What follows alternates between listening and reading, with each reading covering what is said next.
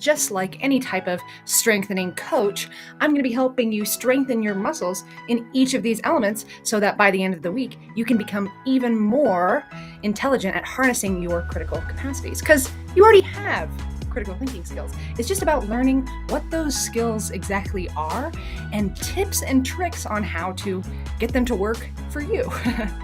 With intentionality, this is one of the most interesting, if you ask me, features of critical thinking, because it's all about strengthening that pesky little skill that we have to use every day, which is how do we direct our mental attentiveness towards things? Just like, as I was saying, with any type of physical training coach, what we're doing is learning how to get motivated, right? Being intentional is all about what are your motivations? What inner workings are going on that help you direct your intention in different places? So just like how you have to work yourself up for a good workout or going to the gym, this is the same. How do you energize yourself and get yourself excited and exhilarated about learning? It's the same kind of thing. And engaging with knowledge. You want to be intent and stretched. You want to have your blood flowing. This is the same kind of thing. So that's what intentionality is all about. Ooh, Henry Giroux.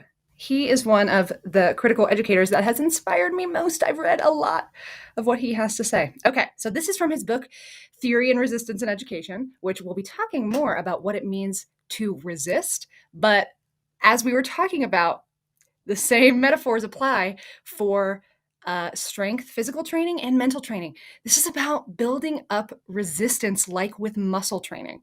The more you use resistance to strengthen your thinking skills, the stronger your thinking muscles are going to be. So don't be afraid of the word resistance. It literally is about strengthening your muscles and other things, but we'll talk more about resistance later. It's actually super cool. The crucial element in both knowledge's production and use is not the structure at which it is aimed, but the human agents who use it to give meaning to their lives. So what he's saying here is hitting right on intentionality, that this is crucial, that this is critical, that it is vital to knowing what this whole knowledge building process is all about. If we do not consider human agency, as in me and you have our own decisions when it comes to the knowledge building process, and that determines the knowledge building process that we engage in. When we show up, whatever our motivations, whatever our attitude, whatever our intention, that will shape how we learn and what we learn. That's how we engage with meaning, right? If we have two kids show up in our classroom and one is excited about learning and the other one is bummed about his weekend and can't stop thinking about it, who's going to be more prepared to engage with knowledge?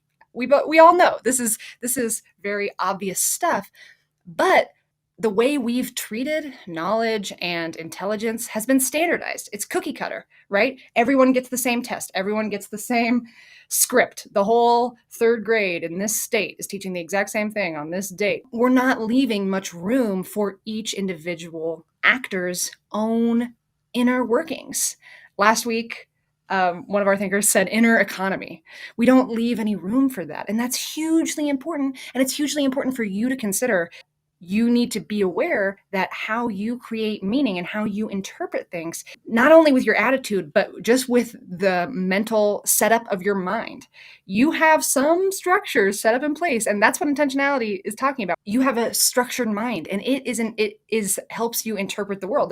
You've structured up a mind that helps you create meaning that makes sense to you. And yours looks different than mine. And that's what we're talking about when we talk about intentionality, is starting to uncover these different layers of how are our inner economies, our inner workings different from one another, because that's shaping how we show up to learn. And that's shaping how we understand the knowledge and the common sense around us. We have different narratives and different filters that we let knowledge in through, and that changes everything. That changes everything. It is the most important thing to consider.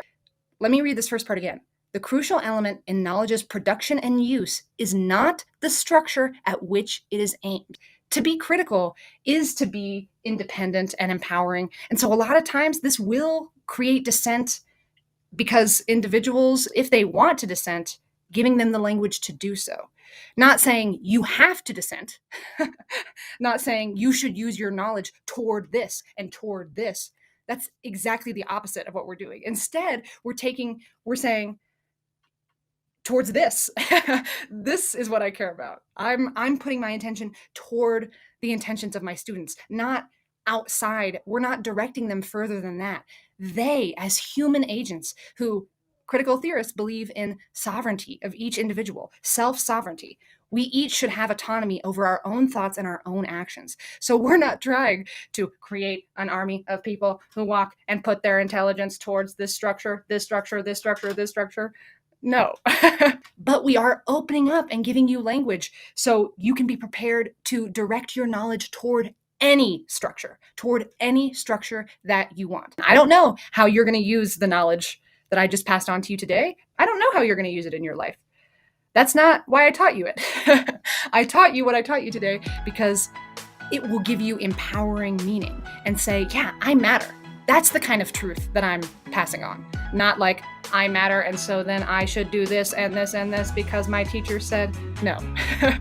I'm teaching you that you matter, and how you learn, you should be aware of the setup of your mind and the attitude you have when you show up to knowledge build as much as you can. That's what intentionality is all about. So thank you for joining me today. I'm so excited that you were here to learn this, and now you can use it to direct your intention and attention in different ways today. So be intentional out there and have a colorfully critical day. Bye.